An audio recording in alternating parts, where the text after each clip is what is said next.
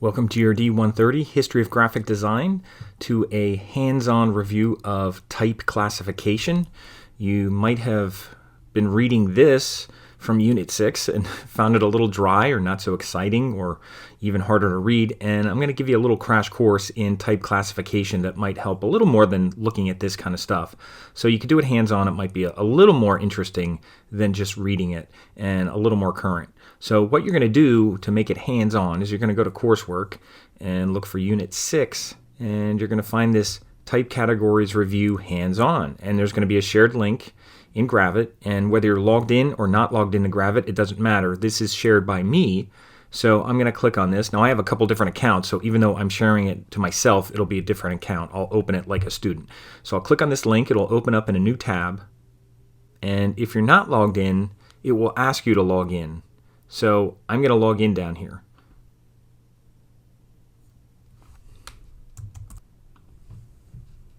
Okay, now I'm logged in. It says the design was shared by me. Now this is a different account, so I'll just close this up. And then what I'd like you to do is save it to your cloud if you can. And here's the shared file name. And you could go over here to File, not File up here, but File in here. And make sure you do Save to Cloud, not Save Local File, Save to Cloud.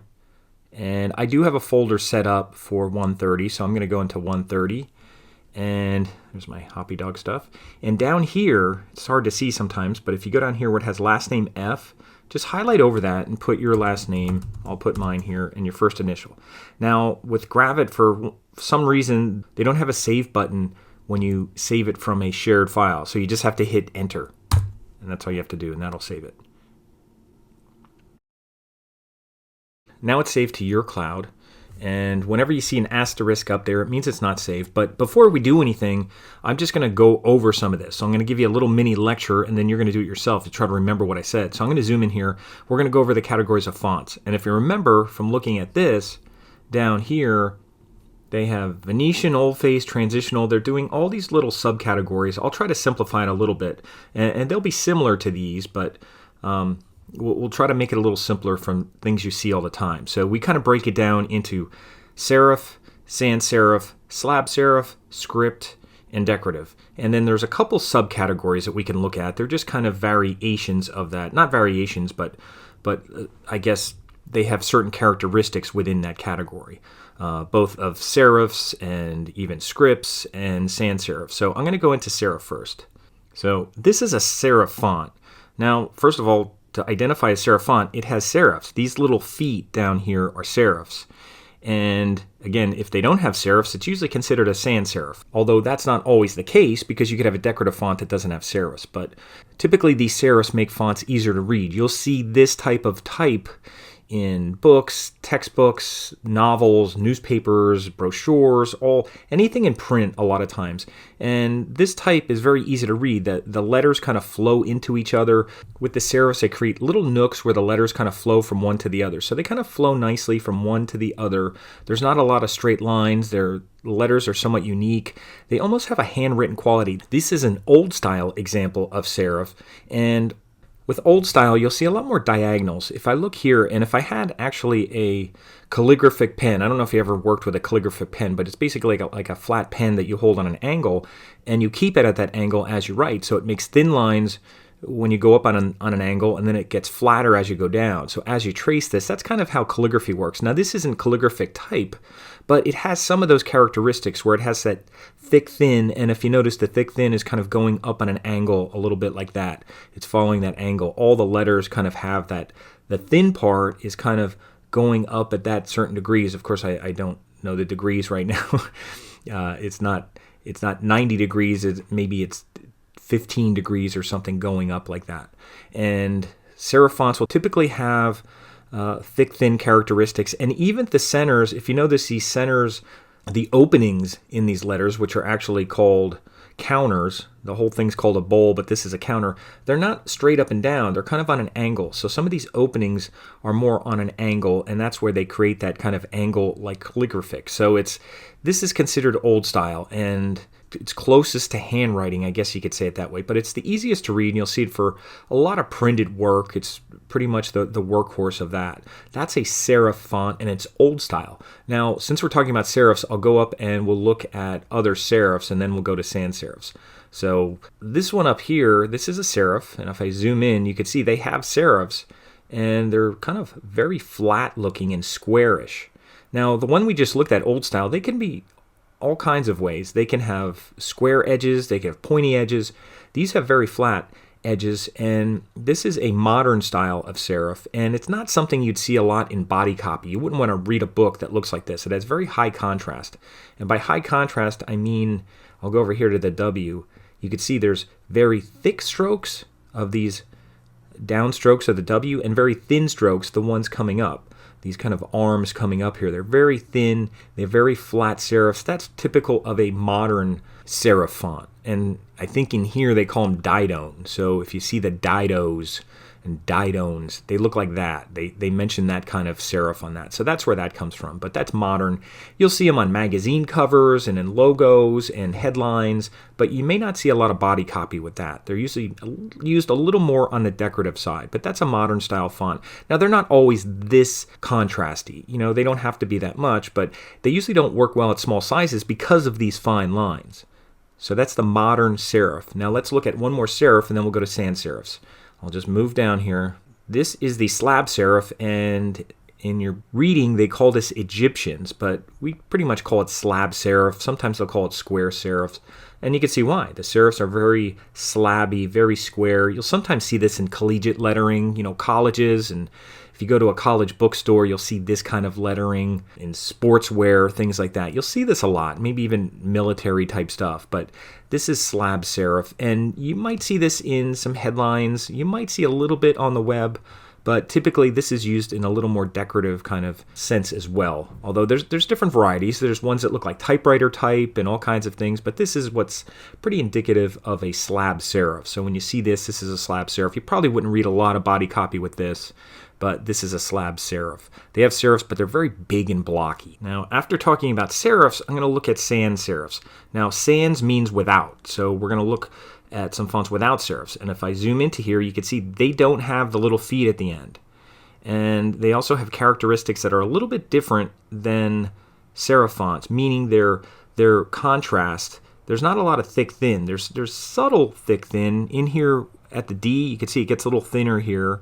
But for the most part, it's very even all around. And this type of font, this type of sans-serif, you'll see this a lot, you know, everywhere you look around, on street signs, on highway signs, anything that needs to be identified very clearly. If you think of small print, anything, take any box of anything that you could think of, any package, and turn it over and look at ingredients, look at small print. Any kind of small print is usually in a sans-serif, and part of the reason is they have very high X heights, meaning the lowercase letters are kind of tall, so they look good at small sizes, or they're easier to read at small sizes.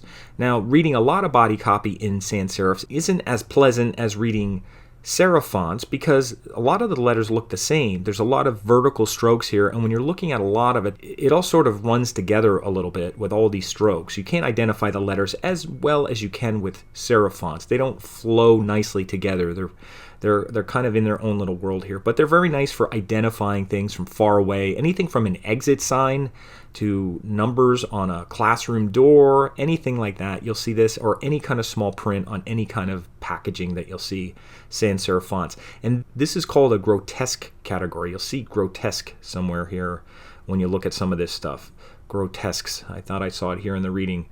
But you'll see some of the, I don't see it here now, but you'll see it somewhere. And usually it's just more of a generic kind of font.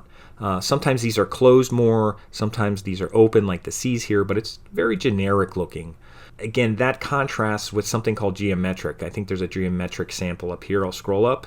And this is geometric. And when you see a geometric category of sans-serif font, still a sans-serif font, but sometimes they have very pointy vertexes, and the A's, the apex of the A is very pointy, and you'll see a lot of geometric shapes. Most common is the O's and the Q's. They're very round, almost circular, which makes them hard to read. You don't want to read a lot of body copy like this too.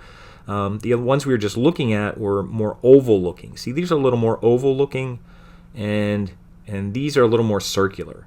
And again, you don't want to read a lot of body copy with these type of fonts. And even some of these are a little more distinctive, like this E kind of has a crossbar that kind of comes up on an angle. The E doesn't finish off. The terminal, the ending of it doesn't finish off. This Z has a little thing coming up here, a little barb coming up on it. And notice the G's and the A. You'll see all kinds of different G's and A's. This is a single story A. It's kind you would just write if you're handwriting. You'd just put a circle and a line, as opposed to the double story of A, which I think down here we have a double story A. This is a double story A that has the little Fred Flintstone roof, as I call it. And look at this G. The G kind of has the loop that kind of faces in the other way, rather than a standard G that you would just write. This is the way you would write, and you probably learn to write handwriting. But it's more geometric, using circles like that.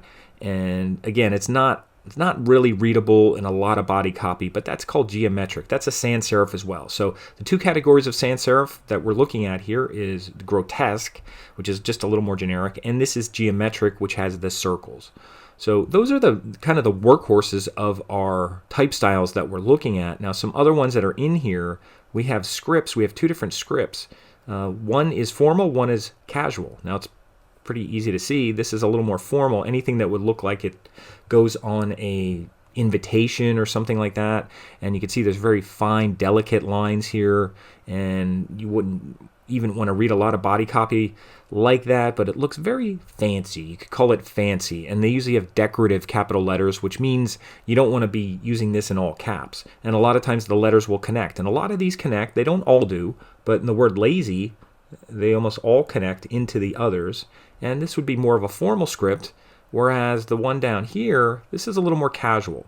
This is a little more, painterly. You might see typefaces that are a little more painterly, casual. They look like handwriting. So this is a little more of a casual script font. Now, they don't always have to connect. You could throw a lot of fonts or a lot of handwriting kind of typefaces in this category of script, but this one connects a lot. This has a lot of connection. And again, sometimes it can be harder to read. If you looked at this letter, if I just asked you, what does that say? You might not know, because there's a lot of curly things going on in here. It's hard to read unless you see it in the context of a whole sentence.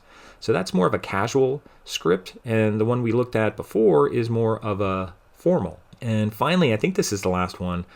And anything could be in this category, all kinds of type styles, especially when we're working in Gravit. But this is one called Ranchers, and you might look at it and say, oh, well, that's sans-serif. It doesn't have serifs. And no, it doesn't, but it also has very elongated shapes in here.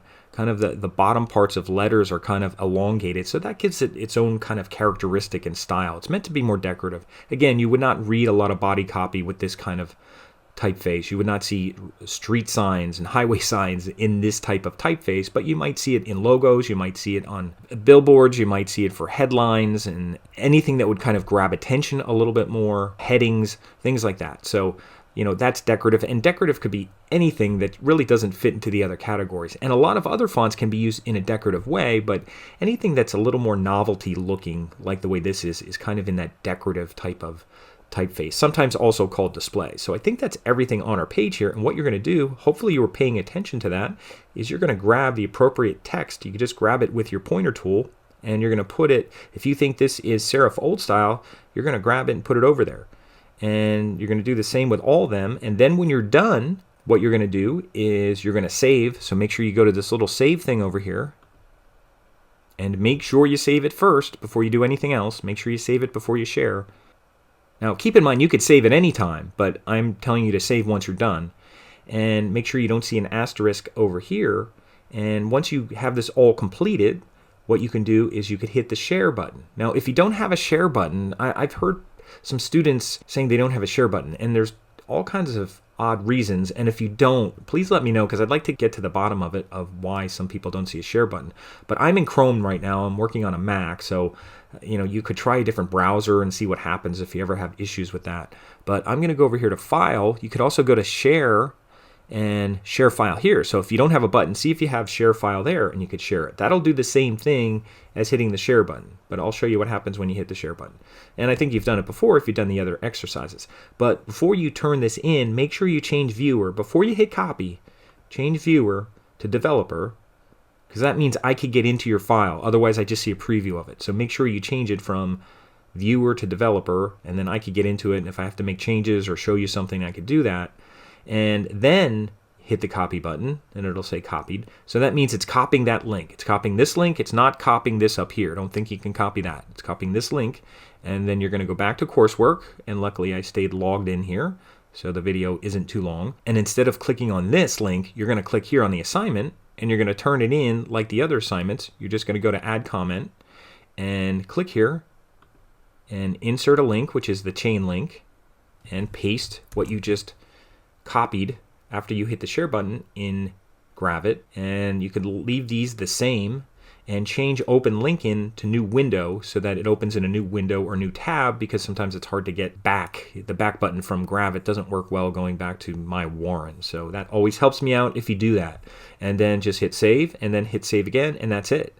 And that's your hands-on assignment, and also your kind of lecture for categories of type. Just kind of a short crash course of the categories of type of serif, sans-serif, and the different varieties within there, grotesque and geometric, and old style and modern that we looked at for serif, and then also slab-serif, and then we looked at script, casual, and formal, and then finally we looked at decorative. So that was our classifications of typefaces, and it was just using Gravit as our tool to do that. So that's your hands-on assignment, and good luck with that.